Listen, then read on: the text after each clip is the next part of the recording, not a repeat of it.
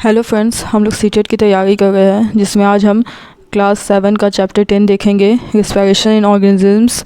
ये NCERT book का आपको मैंने ये यहाँ पे नोट्स तैयार किया है ये पूरे चैप्टर को पढ़ के, चैप्टर 10 को।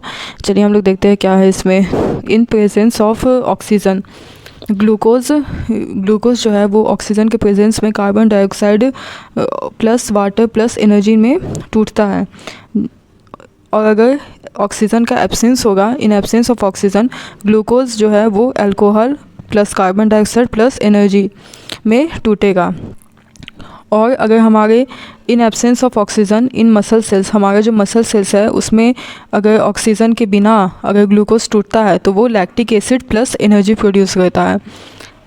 हम लोग आगे देखेंगे मसल क्रैम्प्स कैसे ठीक होता है। मसल में जो ऐठन होता है, जैसे कि जब हम बहुत ज़्यादा फिजिकल वर्क करते हैं, बहुत ज़्यादा दौड़ते हैं, तब हमारे मसल्स में क्रैम्प होता है, वो कैसे ठीक होता है। By massage improve circulation of blood, as a result the supply of oxygen to the muscle cells increases. The increase in the supply of oxygen results in the complete breakdown of lactic acid into carbon dioxide and water. Massage करने से जो होता है, blood का circulation जो होता है वो इम्प्रूव होता है। इसके परिणाम स्वरूप क्या होता है कि हमारा जो भी मसल सेल्स है उसमें जो ऑक्सीजन का सप्लाई होता है वो अचानक से इंक्रीज़ हो जाता है। और जब ऑक्सीजन का जो हमारा सप्लाई है मसल सेल्स में वो इंक्रीज़ होता है तो जो ग्लूकोज होता है उसका कंप्लीट ब्रेकडाउन होता है, जो लैक्टिक एसिड और into carbon dioxide and water. Carbon dioxide और वाटर में कम्प्लीटली जो होता है ग्लूकोज वो ब्रेक डाउन हो जाता है। नेक्स्ट हम लोग देखेंगे नॉर्मल ब्रीथिंग रेट जो होता है एक ह्यूमन बींग का, वो 15 to 18 times in a minute. एक मिनट में ह्यूमन बींग का जो नॉर्मल ब्रीथिंग रेट होता है वो 15 से 18 टाइम्स होता है। अब हमने ये तो देखा कि नॉर्मल ब्रीथिंग रेट होता है वो 15 से 18 टाइम्स होता है, और जब हम एक्सरसाइज करते हैं तब हमारा ब्रीथिंग रेट यहाँ पे दिया हुआ है 25 टाइम्स पर मिनट होता है। अब हम लोग देखेंगे कि percentage of oxygen and carbon dioxide in inhaled and exhaled air, जो हम लोग सांस अंदर लेते हैं और जो सांस छोड़ते हैं उसमें क्या परसेंटेज ऑफ ऑक्सीजन और कार्बन डाइऑक्साइड होता है। तो इनहेल्ड एयर, जब सांस लेते हैं तो उसमें 21% ऑक्सीजन होता है और 0.04% कार्बन डाइऑक्साइड होता है। और वही जब हम सांस छोड़ते हैं तो 16.4% ऑक्सीजन होता है और 4.4% कार्बन डाइऑक्साइड होता है। Breathing in cockroach. A cockroach has small openings on the sides of its body. These openings are called spiracles.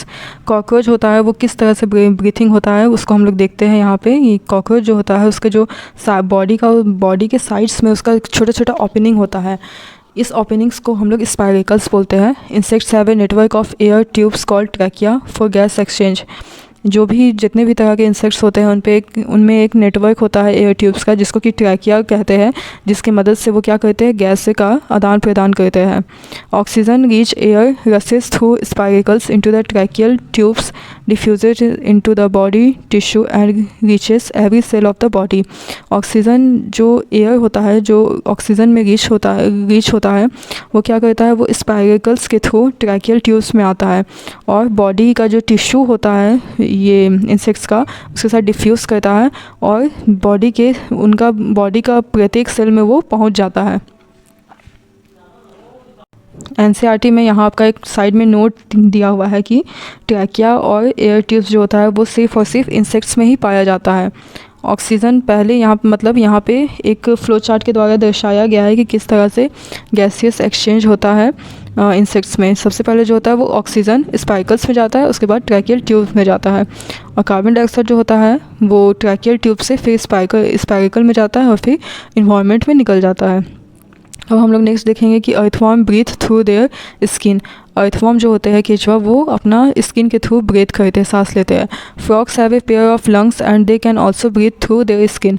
Frog जो होता है उनके पास एक पेयर लंग्स होता है और वो अपनी स्किन के थ्रू भी रिस्पायर कर सकते हैं। अगर आपको ब्रीथ कर सकते हैं। अगर आपको ये वीडियो पसंद आया हो तो इसे लाइक करें, आपके जो भी फ्रेंड्स हैं जो सीटेट की तैयारी करें इनके साथ शेयर करें, हमारे चैनल को सब्सक्राइब करें ताकि आपको लेटेस्ट नोटिफिकेशन मिल सके। Thank you.